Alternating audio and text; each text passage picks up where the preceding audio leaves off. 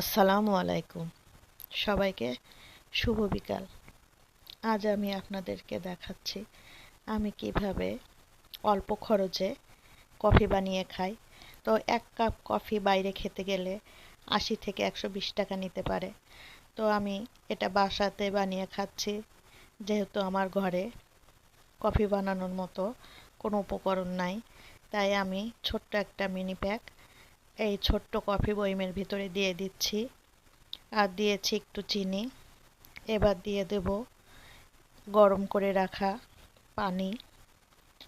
আর এই গরম পানি সামান্য একটু কফির সাথে মিশিয়ে আমি বোতলটা একটু লাগিয়ে ঝাঁকিয়ে নেব।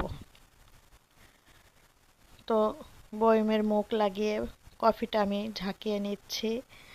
আর এবার আমার চায়ের কাপে আমি গুঁড়ো দুধ দিয়ে নিয়েছি ২ চামচের মতো। আর সেটাতেও আমি একটু গরম পানি দিয়ে নিলাম। আর এই তো ম্যাজিক, দেখেন আমার কফি রেডি হয়ে যাচ্ছে। বাইরের কফির মতো দেখে বুঝতে পারছেন? তো সবাই ভালো থাকবেন। ভালো লাগলে অবশ্যই লাইক করে দেবেন। আর যদি পারেন শেয়ার করে দিয়েন। সবাইকে আবারও শুভ বিকাল। আল্লাহ হাফেজ।